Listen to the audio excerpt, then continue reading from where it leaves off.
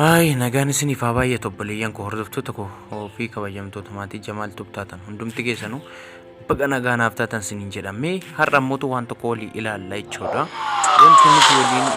Wanti nuti waliin ilaallu mee viidiyoo abbaa biraa tokko viidiyoo nama biraa ta'e jechuudha. Viiyuu guddaa isaa qabaatu mee akkamiin koopiraayitii irraa bilisa gooneeti YouTube channel keenya irratti gallakkifachuu dandeenya yookiin ammoo viidiyoo amma fakkeenya fi WhatsApp yookiin birriin guuttachuudhaaf viidiyoo digaatee 20-30-40 ol qabaachuu qabna jechuudha YouTube channel keenya irraa jechuudha.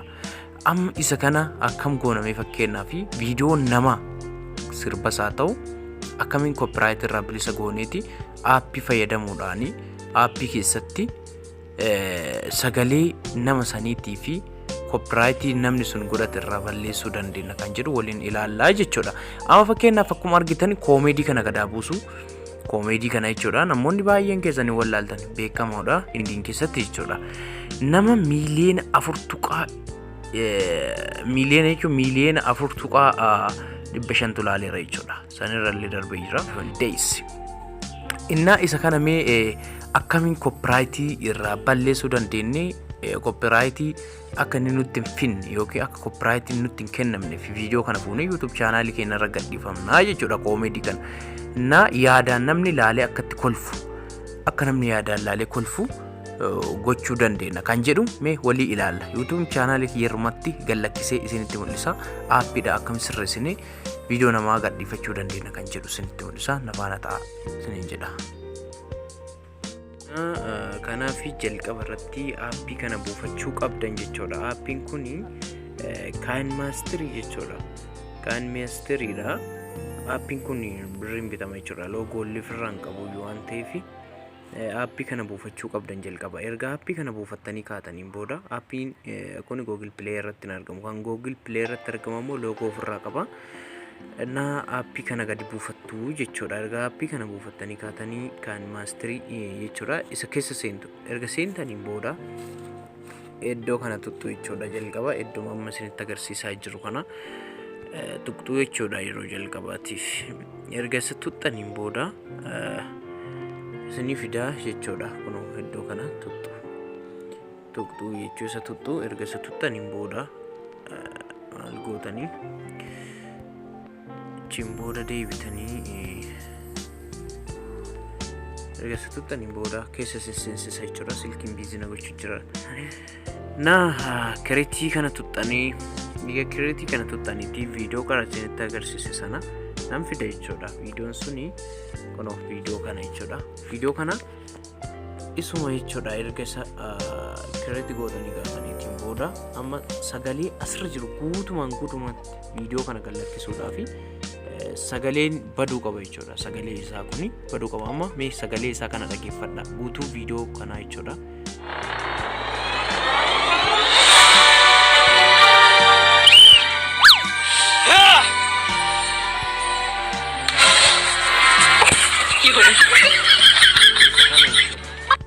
Amma kan koopiraayitii nutti fidu sagalee isaa kana keessattuu jechuudha. Amma akshiinii viidiyoon kun mul'isu osoo hin taane sagalee isa jalaatii dhaggeessifamu kana jechuudha. Koopiraayitii yeroo baay'ee kan nutti fidu jechuudha. Sanii fi amma maal goonaa jechuudha. Viidiyoo kanarratti erga akkasii fidan viidiyoo kanarratti tuttu jechuudha. Isuma kana akkana tuttan. Erga tuttaniin booda sagalee inni qabu kana saayilentii jalaa goota yookiin immoo hin balleessitanii jechuudha. Yoo mulullee balleessuuf taata hin dandeessanii isuma kanallee saayilentii gochuullee hin dandeessanii jechuudha. Amma sagalee isaa kana muluu isaa saayilentii jalaa gootanii dhiisuu hin dandeessu jechuudha. Yoo sagalee kana saayilentii jalaa gochuu barbaadan yookiin muluu jalaa balleessuu yoo barbaadan ta'e kunooti sagalee bicha jalaa balleessuu yoo barbaadan as tuttu jechuudha. Yoo as tuttani sagalee isaa addatti isinii baasa jechuudha. Erga inni akkasitti tuttaneetani maal godhe kunooti sagalee isaa adda isinii baase jechuudha. Sagalee kana irratti tuttaniiti diileeti jalaa gootanii sagalee biraa fiddanii jala kaa'uu hin dandeettanii jechuudha. Yookiin ammoo akkasuma dhiisuu dandeetta. Amma sagalee kana al tokko ofirratti tuttanii kaatanii yoo jettanii iddoo kanarratti kunoo akkuma argitanii iddoo kana diileeti jechuu jirtu hin jira. Sagalee sana diileeti gootanii jechuudha. Sagaleen suni lamaffaa deebi'etti hin deebi'u. Amma diileeti godha. Yoo diileetti godha amma laal sagaleen qabu jechuudha viidiyoon kun. Akshinii isaa bicha laalee kolfuu hin danda'a namni. Kolfuu hin danda'anii jechuudha. Amma fakkeenyaaf laala. Homaan jira sagalee homa takka illee jala hin jiran laala. Sagaleen jechuudha homa takka jala hin jiran. Innaa sagalee waan jala hin jirree fi yoo barbaadan sagalee ofii keessaniillee jalatti haasa'uu dandeettanii yoo barbaadan sagalee biraa fiddanii jala kaa'uu dandeettan jechuudha. Sagalee biraa fiddanii jala kaa'uudhaa fi iddoo kana dhuftan jechuudha. Kunoo iddoo kana aadiyoo kan jettu kanarra tuttu jechuudha. Il tokko aadiyoo jettu erga tuttanii booda as jira jechuudha. As jala dhuftan soon kan jiru kanarra tuttanii erga sarratti tuttanii booda sagalee silkii keessa jiru fida jechuudha. Anama fakkeenyaaf sagaleen kun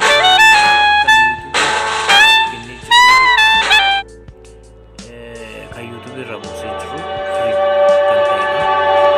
Kunniinis akkasuma sagalee barbaadan yoo barbaadanis akkasuma dhiyeessaniiti seef godhatanii akkanaa illee poosti gochuu hin dandeettan jechuudha. Namni akshinii viidiyoon kun mul'isaa jiru laalaa kolfuu hin danda'a koomeediin kun laalu jechuudha. Innaa ammamii viidiyoo kana sagalee uumaallee jalatti hin maku koppiraayitii hin fidu waan jedhu kiroomii keessatti fannisee isinitti agarsiisa jechuudha. Kiroomii keessatti fannisee isinitti mul'isa dhugama soba waan jedhuuf jechuudha. Koppiraayitiin fidu kiroomii keessatti fannisee isinitti mul'isa.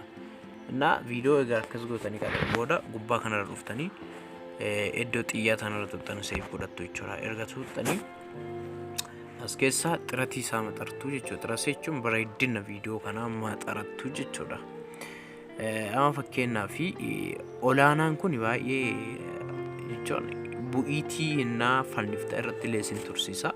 Lammaffaa kanarratti illee bareeda mul'ata jechuudha. Rakkina hin qabu. Yoo isarrallee yoo taa'e xiyyaa kanaan sirreessuu hin dandeettan jechuudha. Meegaabaayitii isaa xiqqeessuu hin dandeettu.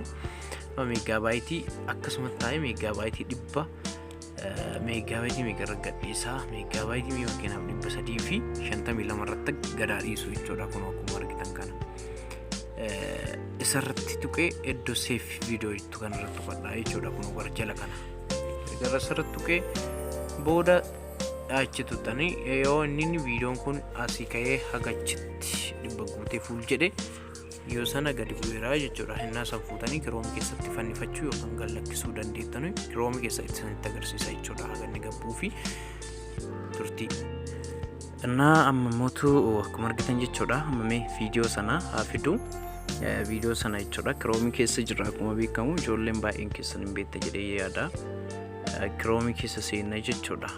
Iddoo kana kireetii kan jiru kana tuqaa jechuudha. Isarratti al tokkoof hin tuqaa upload viidiyoo kan jedhu jechuudha. Isa tuqaa jechuudha. Upload yoo tuqee ka'ee kunoo amma iddoo kanarra tuqaa jechuudha. Erga isa tuqeetii silkeet faayil jira. Silk faayil jechuu isaati. Innaa isa keessa tuqxuu faayilii keessa seenaa viidiyoo amma seef godhe sana fida. Koppiraayitiin fidu waan jedhuuf jechuudha. Warroota baazawii viidiyoon kun warroota sabiskiraabii guuttattanii viidiyoo of jalaa hin qabneef faayidaa guddaa isiniif qaba jechuudha. Amma sa'aatii jechuudha.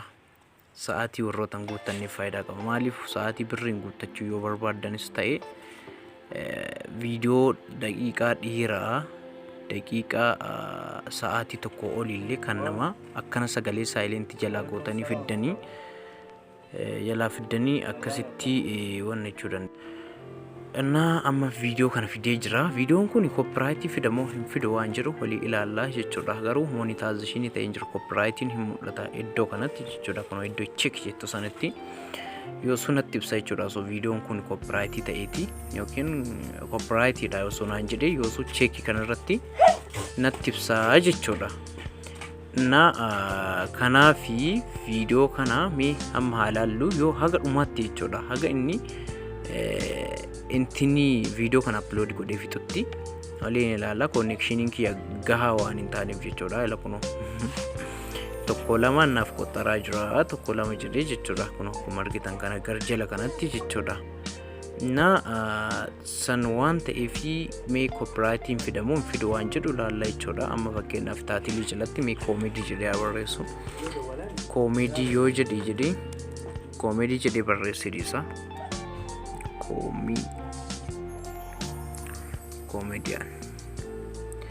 Comedian jedheera. Amma fakkeenyaaf as jalatti Gmail jechuu danda'a, sub jechuu danda'a. No, Gmail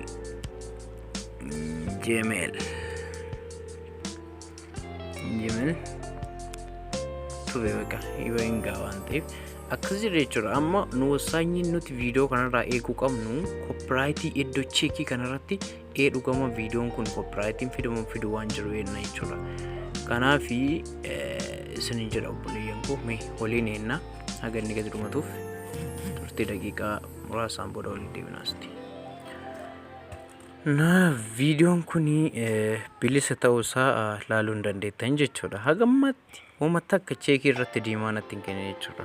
Hagana turuu isaa osoo copyright qabaateeti osoo viidiyoon kun upload tokko jedhee osoo hin jalqabin jechuudha. Ka inni yookiin ka inni naadabu yookiin copyright jedhee iddoo cheekii jettu kanatti diimaa natti ibsu jechuudha. Na kanaafuu viidiyoon kun maal ta'ee jira? Sagalee isaa silent jalaa ta'ee jira. Garuu action isaa ammoo kolfaan namni itti gammaduu danda'a jechuudha. Na viidiyoo kamiinuu namoonni live seenuu hin dandeenye jechuudha. Streamerdi live seenuu sirna orkee yoo jiraatan. Na subscribing keessan kuma guutee waat showering gana 0 irra jirtanii viidiyoo nama daqiiqaa yookiin sa'aatii tokko fuutanii YouTube channel keessa irra gadi lakkistan jechuudha. Inna viidiyoo sana kompiitiraanis haa ta'u laptoopiidhaanis tabsiifattu yookiin yoo namni isin viidiyoo sana namni daawwatee sa'aatii isin guutee jedhe akkasitti haala salphaadhaan monetization guutuu dandeessu jechuudha. Isa kana keessatti dhaamsi ani keessattuu isiniif qabu kunoo laala raayitiinaaf kenne jechuudha. Laala kunoo viidiyoo maqara isinitti agarsiise sana jechuudha. Raayitiinaaf kenne as keessatti wanti isin beekuu qabdanii thumbnail isaanii fudhatanaa jechuudha. Thumbnail jechuun suuraa kun gubbaarratti deeffatan jechuudha. Thumbnail gubbaarra keeyatan sana thumbnail isaanii fuudhana. Asuma keessa thumbnail isaanii tokkicha screenshot kaastanii gubbaarra deeffattu jechuudha.